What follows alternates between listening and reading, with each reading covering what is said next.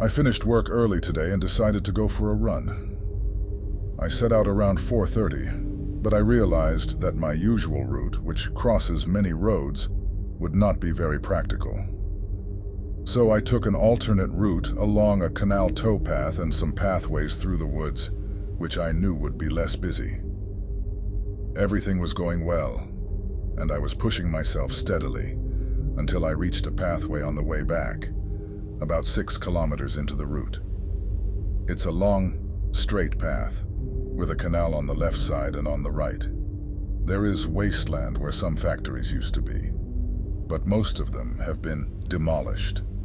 It has been left abandoned for as long as I can remember, and is overgrown with trees and weeds. However, there are the occasional remnants of an old factory that for some reason weren't fully demolished. As I reached one part of the factory, which still had some old metal fire escape steps attached to it, I noticed a rough-looking guy sitting on the wall with his legs hanging down. He jumped to his feet as he saw me coming and shouted something, but I couldn't make it out. As I came level with where he was, I heard him say, "Wait there. Can you help me find my phone?" He said this while he was running down the steps, so I stopped as I reached the bottom of the steps, and we were standing just a few feet apart, with a fence in between us. It was a really old iron fence, with vertical metal bars that have spikes at the top, like the ones you sometimes see around churches. He asked me if I could help him find his phone, saying he had dropped it somewhere nearby, and asked if I could ring his number so he could listen for it. I felt I couldn't exactly refuse, since my phone was strapped to my arm, so I said he could tell me the number, and I took my phone off my arm and unlocked it. He blurted out a phone number, but he said it too fast, and it didn't begin with 07, which made me start to feel like something wasn't right. Although I was beginning to suspect at this point, I wasn't really worried. I'm in pretty good shape, had a significant size and weight advantage over him, and there was a fence between us. He didn't seem to be in very good physical shape, and seemed like he might be homeless. I figured if he was trying to mug me for my phone, his only chance would be if he pulled a knife.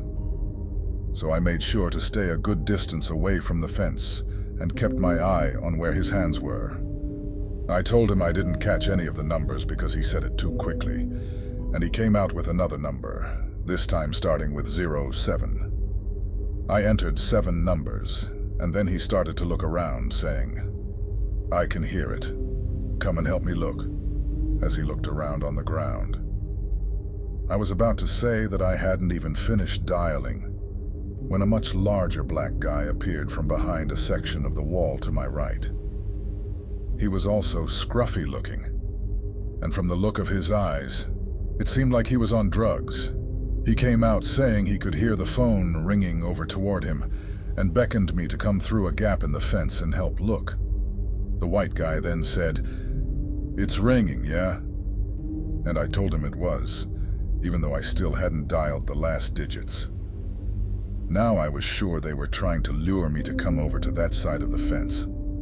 After 2 or 3 times of them, both beckoning me to come and help, always insisting they could hear the ring, I heard the black guy say, "He's not going to fall for it." He said it in a hushed way, as if he thought I wouldn't hear. But with it being out in the middle of nowhere, I could clearly understand what he said. The white guy then started acting quite aggressive and punched a tree, telling me he needed the phone badly and how his whole life was on the phone, telling me to come and help them look for it. While he was punching the tree and ranting, the black guy had taken a few steps away to the right, meaning I couldn't keep my eyes on both of them at the same time. It was after 5 p.m. by this point, and it had gotten dark all of a sudden, which made the whole thing even more unsettling. I noticed there was a gap in the fence where some of the bars had been removed, right where the black guy was heading. At that point, I decided to get out of there and made a run for it. Neither of them said anything as I ran away, which makes me sure that they had malicious intentions. If they genuinely lost their phone and needed help, I would expect them to shout, "Where are you going?" or something to try and get me to come back. But they didn't shout anything. After sprinting for a good 20-30 seconds, I turned to see if they were chasing me. They were both standing on the path where the gap in the fence had been, but they were not chasing me. They were just standing there, watching me run away. I continued running, but kept looking back every few seconds until I was out of sight. It was at this point I got off the canal path and onto the roads. The person I spoke to on the phone to report, it took my details and the descriptions, but seemed to think it wasn't anything worth worrying about, but said it would be investigated.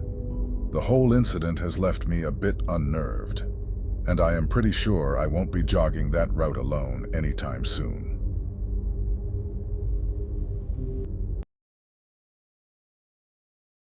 When we were younger, we all used to play in the front part of the woods. We never ventured too far back. This was our play area for years, and we never had any issues or scares. It was a pretty and well-lit wooded area. Anyhow, one day my brother Jimmy, my best friend Sarah, and my brother's best friend Ian were all building a dam in the middle of the small creek that ran through the park and the woods. The boys decided to head back to Ian's house for some snacks. Sarah and I said we would stay and finish our camp area. As we were moving rocks around, I got a very odd feeling come over me, a strange sensation that we were being watched. I immediately thought it was the boys trying to scare us and continued with what we were doing. Sarah and I loaded up some big rocks and headed back to the creek to put them down at the dam. I got that feeling again, and as I stood up, I saw something straight in front of me, about 30 feet away. I couldn't clearly make out what it was yet, because it was behind a bush, but I did see that it had a pattern of red and blue. I knew that it wasn't something the boys were wearing. At this point, I focused on trying to figure out what it was. As I scanned up the bush, I started to realize it was a clown. I kid you not. My heart started pounding immediately. The clown and I locked eyes.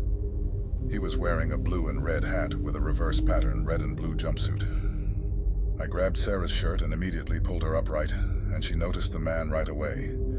He was smiling with a full face of makeup and holding a huge knife. We both said nothing and started running as fast as our legs could carry us.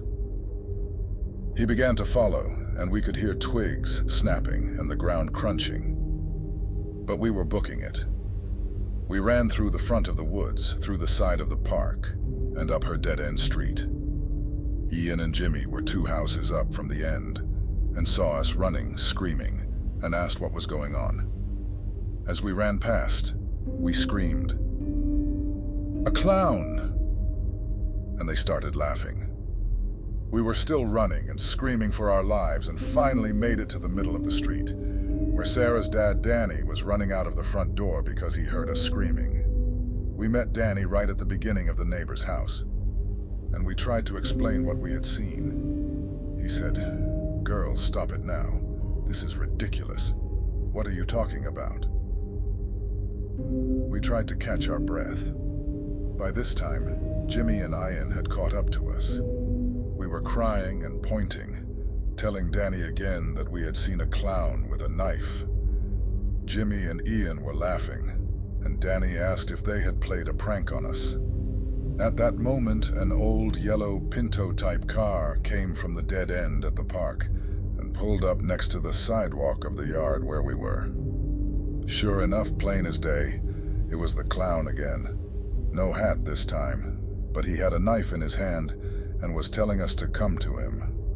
Danny started shoving us all toward the house, and he himself was scared and running now.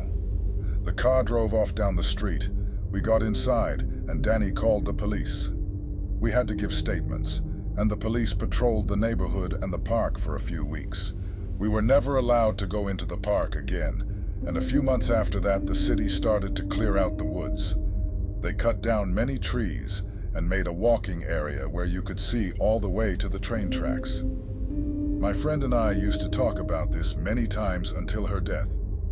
No one would have believed us if they hadn't seen it as well. It was just so scary. I think they only got to see him because whoever it was had to go down the dead-end street to leave the neighborhood. Either way, this man was not afraid of us or the small group of people who had gathered from our screaming. He very bravely stopped right in front of us as her father tried to comfort us and calm us down, all while brandishing his knife. I feel lucky to be alive. If it had just been one of us left in the woods, which sometimes occurred, I don't think there would have been a group of 4 of use any longer. Sarah's dad stopped drinking that day, and we all developed a fear of clowns.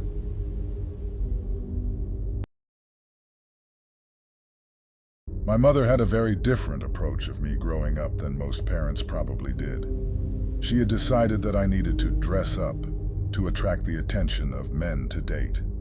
I have nothing against people wearing revealing clothes if they so wish, but this wasn't something that I really wanted to do. She was always trying to set me up with men, even ones that were considerably older than myself. Where she grew up, it wasn't uncommon for a young teen to date somebody who was over 18, even if the law said that it wasn't okay. By a young teen, I mean 12, 14-year-olds. It was after Halloween, and I had dressed up as Abby from NCIS. I had an affinity for that show growing up, and my mom had my dad take pics of me posing in a graveyard. The pictures made me rather uncomfortable, because they had me in vaguely suggestive poses while wearing a low-cut dress. My mother then proceeded to post these pictures to her Facebook. Soon thereafter, she had one of her friends message her and ask for her sister's phone number, me, because he thought I was much older than 11. My mother told him my age, and he seemed shocked and tried to set up his 17-year-old son on a date with me because he thought we would hit it off. My mother agreed to this, seeing it as a good opportunity to match me up. The thing is, the 17-year-old knew I was 11. My mom told him this, and he didn't care. He said that I was hot either way, and it didn't really matter because he wasn't technically an adult yet, so it's not illegal, right? My mom scheduled a date with him, one where he would be coming through town. At the time, I didn't know that she gave him my phone number. I had one so I could contact my mom or dad since I walked home from school, and some other personal information about me. I begged her to please cancel the date because I didn't feel comfortable. She said I was being unreasonable and should be excited for this. She told me that he would pick me up from the house, and then we were going to go have a picnic up on this one hill. It used to be a church, but it was closed, so people use it as a make-out mountain. I was not comfortable going on a date with him, especially since neither my mom nor his dad would be there. As the date rolled around, I got a text from an unknown number, which turned out to be his phone. He told me that the plans had changed, and he was going to pick me up from on my way home from school, and then we would go to the hill. I was freaking out. Like I mentioned, I didn't know that my mom had given this pretty much stranger my phone number, nor that he knew what school I went to, though in retrospect, I suppose, it wouldn't have been that hard to find out since I walked. I never did actually go on the date with him, luckily. I feigned sick a few days before and ended up missing a good chunk of the school week. Turns out, I didn't need to anyway, because him and his dad ended up having to take another job farther away, so he wouldn't have been able to go out with me anyway. I think besides the phone bit and the school bit, the creepiest part is that a 17-year-old who was almost 18 was okay going out with a child.